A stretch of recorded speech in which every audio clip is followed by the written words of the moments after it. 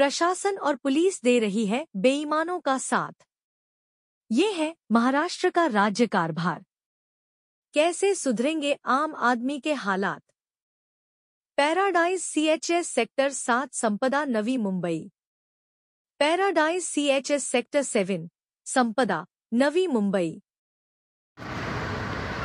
नमस्कार, मैं अमोल दत्तात्रेय जाधव। यहाँ देख सकते हैं आप, ये जितनी भी गाड़ियाँ लगी है ये NMMC के बंदे मैनेजिंग कमेटी के साथ में मिल के paradise cooperative housing society sector 7 Sanpada इनके साथ में यहाँ पर आए हुए हैं।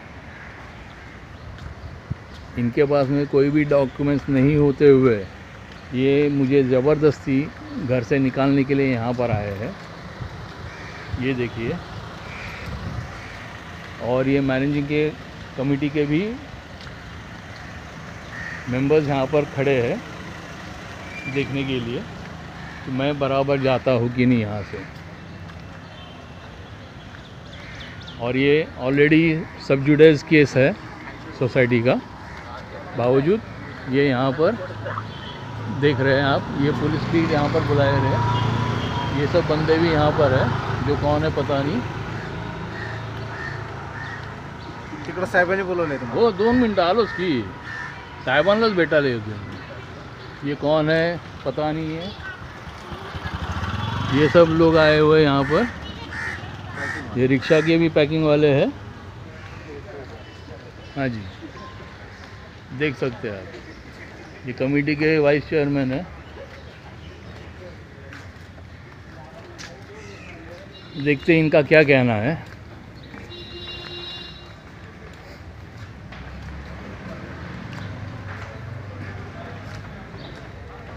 ये हमारे वीडियोग्राफर है सोसाइटी के, भगत जी। सर नमस्कार। तर विषय आहे की हा ऑलरेडी सबज्युडिस केस आहे। ही स्टेसाठी, मी इंटरिम स्टेसाठी ऑलरेडी केस लावलेली आहे। माझ्याकडे नंबर आलेला आहे। आर्ग्युमेंटमध्ये ते समन्स किंवा हे सब नोटीससाठी ते आर्ग्युमेंटसाठी चाललेली आहे। ते आज तुम्हाला समन्स ते कोर्टातून निघेल। विषय राहिला याच्याबद्दलचा, यांच्याकडे आजही मी सांगतो यांच्याकडे कुठलेही दस्तावेज नाही आहेत आणि हे जे काय चाललेलं आहे ते गैर पद्धतीने आणि इल्लीगल पद्धतीने चाललेलं आहे। हे कमिटी आमची ती जी आहे तिकडे दिसते ती, तर असे सगळे प्रकार आहेत। त्याच्यात तुमचं काय म्हणणं आहे? नाही होणार सर हे। सर एक मिनिट, ठीक आहे, झालं का? बोला का सांगा। हां बोला ना, तुम्ही बोला ना, मी ऐकतोय ना। काय असेल तर बोला, मी तुम्हाला लास्ट बोलतो। माझं एवढंच म्हणणं आहे की ही सबज्युडिस ऑलरेडी केस आहेत। आधीच्या एसेन्शियल सर्व्हिसेसच्या 3 केसेस आहेत, त्या तुम्हाला मी वारंवार ते कल्पना दिलेली आहे। आत्ताची जी याची जी केस आहे ती मी तुम्हाला नंबर मी दाखवू शकतो। ऑलरेडी आर्ग्युमेंटमध्ये आहे ती केस, त्याचं सब नोटीस येईलच ते। हां झालं तुमचं? हो सर बोला। C1 डिक्लेअर झालेल्यामुळं, ठीक आहे, इश्यू झालेले असल्यामुळं जीविताची मालमत्तेचं त्याप्रमाणे नुकसान होऊ नये म्हणून तुम्ही इथून लगेच त्याच्यामध्ये स्थापित व्हा। ठीक आहे। दुसरा, तुमच्या ज्या काही मॅटर्स असेल सबज्युडिस असेल त्याचा आदेश असेल तर लगेच द्या, आपण वाचू। त्याच्यात असेल तर निश्चित आपल्याला इम्प्लिमेंटेशन होईल। फक्त मी ॲप्लिकेशन केलेलं आहे, सबज्युडिस केलेलं आहे, हे केलेलं आहे म्हणून तुम्हाला ह्या गोष्टी टाळता येत नाही। बरं, तुम्ही तुम्ही त्या पद्धतीनं आदेश घेऊन या।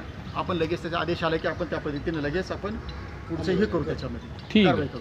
तेव्हापर्यंत तुमचं ऐकणं म्हणणं, त्यानंतर तुम्ही स्वतःच्या जीविताचा धोका होणे म्हणून तुम्ही एकतर तिथं जाऊ नका। तुमचा जो मालमत्तेचं नुकसान होईल, मालमत्ता कृपा आहे ते काढून घेऊन हे करा।